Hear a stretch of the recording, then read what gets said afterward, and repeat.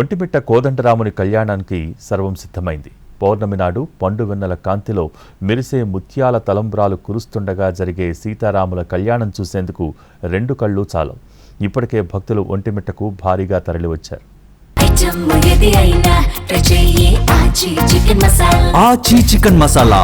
ఒంటిమిట్ట అనగానే మనకు గుర్తొచ్చేది పండు వెన్నెల్లో జరిగే సీతారాముల కళ్యాణం.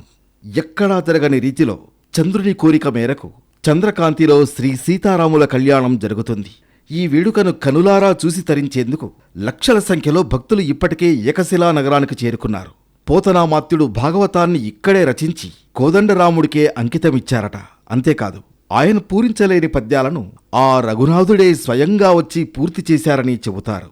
ఒంటిమిట్టకు అయోధ్యకు చాలా సంబంధాలు ఉన్నాయని మనకు చాలా విషయాలు తెలియజేయబడుతున్నాయి.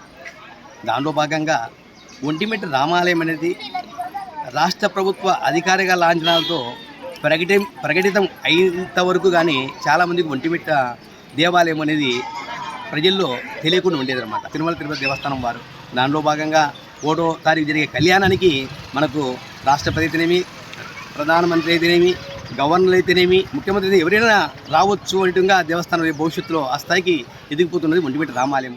శ్రీరామ నవమికి ముందు రోజు అంకురార్పణతో మొదలైన ఒంటిమిట్ట బ్రహ్మోత్సవాలు 7వ రోజున జరిగే కళ్యాణంతో ముగుస్తాయి. సాయంత్రం 6:30 గంటల నుంచి 8:30 గంటల మధ్య వేద పండితులు నిర్ణయించిన ముహూర్తాన సీతారాముల కళ్యాణం జరిపించేందుకు టీటీడీ కట్టుదిట్టమైన ఏర్పాట్లు చేసింది. 150,000 మంది నేరుగా కళ్యాణాన్ని వీక్షించేలా ప్రత్యేక క్యాబిన్లు సిద్ధం చేశారు.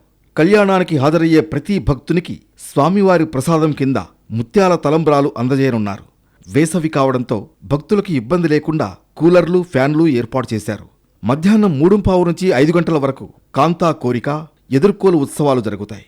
అనంతరం ఆలయం నుంచి మేళతాళాలు, రామకీర్తనలతో ఊరేగింపుగా సీతారాములు కళ్యాణ వేదికకు చేరుకుంటారు.